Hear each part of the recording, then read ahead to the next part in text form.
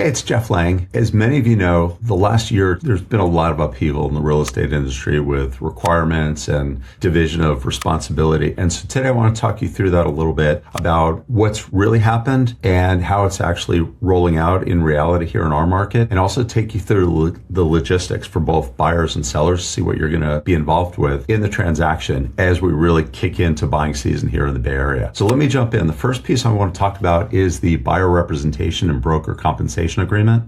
I call that the partnership agreement.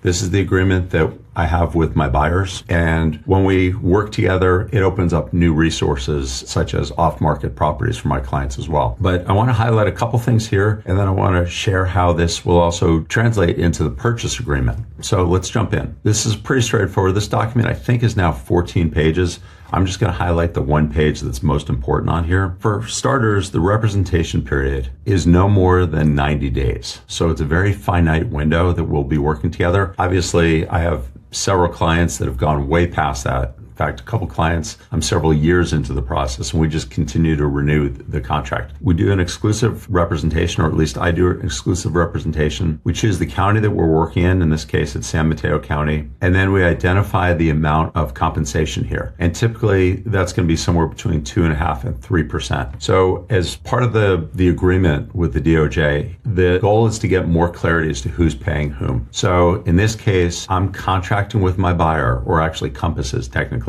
that they will be paying me 2.5% in this case. Okay, that's all fine. However, what really happens, the way we're executing it and the reality of the market is we go into the purchase agreement when we're actually submitting an offer on a property. This is what the purchase agreement looks like. Again, it's more than a dozen pages, but these are the core couple of pages that I want to highlight here. So obviously we'll talk purchase price, close of escrow, usually between 16 and 24 days typically. I try to do the expiration of the offer very quick, usually within 1 day at most. The deposit is the standard we have here is typically to escrow within 1 business day. It's the only time in the contract we actually talk business days versus calendar days. But the point I really want to emphasize in here, going back to that commission for the buyer, is in this section here, seller payment to compensate buyer's broker. So this is where, as part of your offer, if you're a buyer, we're going to ask the seller to pay your agent's compensation. And that's exactly right here. So remember in the last example, in the partnership agreement, the agreement between me and the buyer was 2.5%. Here we're asking the seller to pay that 2.5%. Again, it's part of the whole offer. The seller doesn't have to do this. They can negotiate it. But I haven't heard of one example in the last 3 to 6 months where we've been doing this, where there's been pushback. This is just a different logistical way to execute what's been going on in our business for 100 years. So, we've got all the other terms here. I'm not going to go into it now. I'm always happy to review this. And as we work together and we go through an offer process, we will go through this together. But I just wanted to explain